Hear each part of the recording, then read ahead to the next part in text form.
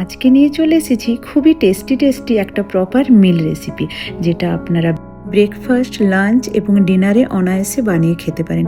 খুবই হেলদি এবং টেস্টি একটা রেসিপি, বাচ্চাদের টিফিনে দেওয়ার জন্য খুবই উপযুক্ত একটা রেসিপি। নমস্কার, কেমন আছেন আপনারা সবাই? আমার বিদেশে বঙ্গবৌমা চ্যানেলটিতে আপনাদের সবাইকে অনেক অনেক স্বাগত। চলুন আজকের রেসিপিটা তাহলে শুরু করা যাক। তো এখানে আমি সব ইনগ্রিডিয়েন্টসগুলো নিয়ে নিয়েছি, যেমন কিছুটা সবজি কুচিয়ে রেখে নিয়েছি, গাজর, বিনস এবং কর্ন। এখানে আছে পনির, এটা হচ্ছে অলিভ অয়েল, একটা চিলি সস নিয়েছি, সুইট চিলি সস, এটা অপশনাল, আপনি রাখতেও পারেন নাও রাখতে পারেন। চিলি ফ্লেক্স, জিরে গুঁড়ো, নুন, লঙ্কা গুঁড়ো, বেসন। একটা বোল নিয়েছি যার মধ্যে বেসনটা গুলবো। এটার আসল ইনগ্রিডিয়েন্টস হচ্ছে বেসন। বেসনের গোলাটা দিয়েই আমাদের আজকে রেসিপিটা তৈরি হবে। তো চলুন বেসনটা গুলে নিই। তো বেসনটা গোলানোর জন্য আমি 5 টেবিল চামচ বেসন নিয়ে নিয়েছি। আপনাদের যেরকম দরকার সেই হিসেবে আপনারা নেবেন। তারপর বেসনটার মধ্যে আমি পরিমাণ মতো নুন দিয়ে দিলাম। খুব বেশি কিন্তু মশলা লাগে না। তারপর দিয়ে দিচ্ছি আমি একটু লঙ্কা গুঁড়ো, এখানে আপনারা কাঁচা লঙ্কা ব্যবহার করতে পারেন। আর দিয়ে দিচ্ছি পরিমাণ মতো জিরে গুঁড়ো। এখানে আপনারা গরম মশলার গুঁড়ো দিতে পারেন। আরেকটা জিনিস, আপনারা যদি এটাকে পেঁয়াজ রসুন দিয়ে বানাতে চান, তাহলে এখানে আপনারা খুব মিহি করে পেঁয়াজ রসুন কুচুনোও দিতে পারেন, তাহলে টেস্টটা আরও সুন্দর হয়। এরপর আমি সব মশলাগুলোকে ভালো করে মিলিয়ে নিলাম বেসনটার সাথে। এরপর একটু জল দিয়ে ব্যাটারটা তৈরি করে নেব। আর এই ব্যাটারটা একদম পাতলা বানাতে হবে। একটু জল দিয়ে আপনারা গলবেন, যাতে কোনো লাম্পস না থেকে যায় ভেতরে। তো দেখুন আমি বেশ ভালো করে গুলে নিচ্ছি।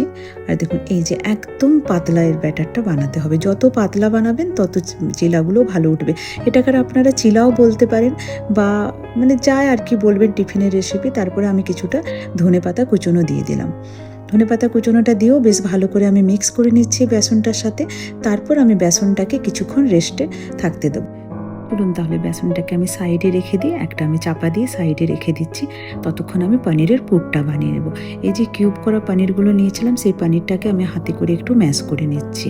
আপনারা চাইলে কিউব পনিরও ব্যবহার করতে পারেন। তো আমি এখানে একটু ম্যাশ করে নিচ্ছি, তাহলে পুরটা বেশ ভালো হবে। তো দেখুন আমি হাতের সাহায্যে পনিরটাকে ম্যাশ করে নিয়েছি। তারপরে এইদিকে আমি একটা কড়াই চাপিয়ে দিয়েছি গ্যাসের মধ্যে। তার মধ্যে আমি দিয়ে দিলাম কিছুটা অলিভ অয়েল। আপনারা কিন্তু অনলি 1 টিস্পুন অয়েলই ইউজ করবেন। তারপর আমি এই যে কেটে রাখা আমার যে গাজর, বিনস আর কর্নগুলো ছিল, সেগুলো আমি কড়াইয়ের মধ্যে দিয়ে দিচ্ছি।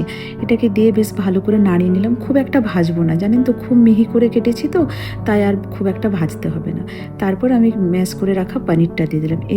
এই যে পনিরের মধ্যে যে জলটা বেরোবে, সেই জলটার মধ্যে আমার সব সবজিগুলো কুক হয়ে যাবে। তো বেশ ভালো করে আমি সবজিগুলোর সাথে পনিরটাকে মিলিয়ে দিচ্ছি। আর একদম বেশি মশলা লাগে না, খুবই কম মশলা দিয়ে এটা তৈরি হয়ে যায়। আর জানেন তো এই রেসিপিটা ওয়েট লস করার জন্য খুবই উপযুক্ত। এরপর দিয়ে দিলাম গোলমরিচের গুঁড়ো, আর একটু দিয়ে দিলাম চিলি ফ্লেক্স। ব্যাস, আর কিছু মশলা লাগবে না। আর পরিমাণ মতো নুন, এটা দিয়ে বেশ ভালো করে আমি মিলিয়ে নেব। এই যে পনিরটাকে বেশ ভালো করে মশলাগুলোর সাথে মিলিয়ে নিচ্ছি। তারপর আমি দেব ওই যে সুইট চিলি সসটা। এটা কিন্তু অপশনাল, আপনারা দিতেও পারেন নাও পারেন। আমার মেয়েরা যেহেতু একটু মিষ্টি খেতে ভালোবাসে, তাই এই যে আমি সুইট চিলি সসটা ব্যবহার করছি। এখানে আপনারা টমেটো কেচাপও ব্যবহার করতে পারেন, আবার নাও ব্যবহার করতে পারেন। তো চিলি সসটা দিয়েও আমি ভালো করে মিলিয়ে নিচ্ছি। হয়ে গেছে, এরপর আমি এটা সাইডে রেখে দিচ্ছি। তারপর আমি একটা ফ্রাইং প্যান চাপিয়ে দিলাম। তারপর ফ্রাইং প্যানটার মধ্যে আমি একটু অয়েল স্প্রে করে দিলাম। অয়েলটা স্প্রে করে আমি একটা টিস্যুর সাহায্যে ওটাকে মুছে নিলাম। মুছে নিলে কিন্তু আপনি যে গোলা রুটিগুলো বানাবেন, সেগুলো আপনি বেসনের বানান বা আটার বানান, ময়দার বানান, খুব ভালো ওঠে। তো দেখুন এই যে আমি চারিদিকে গোলাটা দিয়ে 2-3 চামচ গোলাটা দিয়ে বেশ ভালো করে চারিদিকে ঘুরিয়ে গোল করে নিলাম ধোসার মতো। আর এতক্ষণ যারা আমার ভিডিও দেখছেন, যদি আমার ভিডিওটি ভালো লেগে থাকে, আমার চ্যানেলটিকে সাবস্ক্রাইব করে দিয়ে আমার পাশে থাকবেন, আর বেল আইকনটা অল করে দেবেন, তাহলে আমার প্রত্যেকটি ভিডিও সরাসরি আপনাদের কাছে পৌঁছে যাবে। তারপর আরেকটু অয়েল স্প্রে করে দিয়ে আমি রুটিটাকে উল্টে দিলাম। তারপর ওই যে পুরটা আমি ভালো করে দিয়ে দিচ্ছি।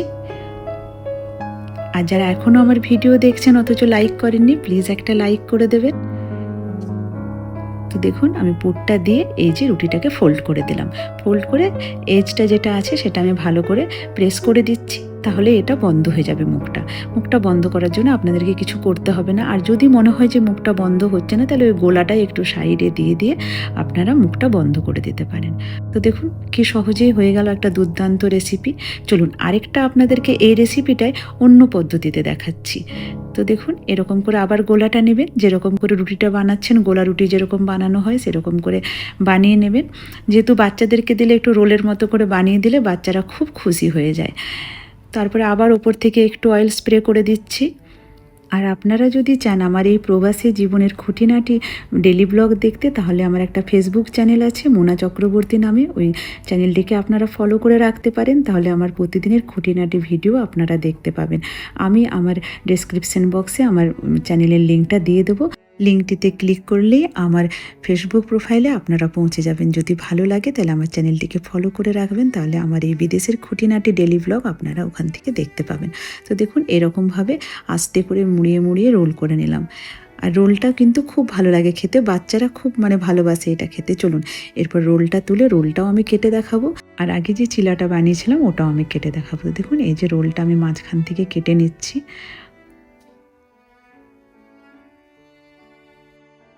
আর দেখুন কি সুন্দর লাগছে দেখতে।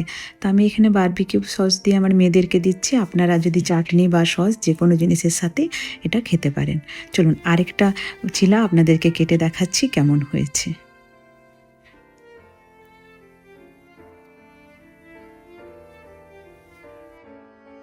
যে এই চিলাটাও কেটে দেখাচ্ছি। আজ তাহলে এখান পর্যন্তই। আবার দেখা হবে নতুন একটি ভিডিওর সাথে, নতুন কোনো রেসিপির সাথে। আপনারা ভালো থাকবেন, সুস্থ থাকবেন ও খুব হাসি খুশি থাকবেন। আজকের মতো বিদায় নিচ্ছি, টাটা।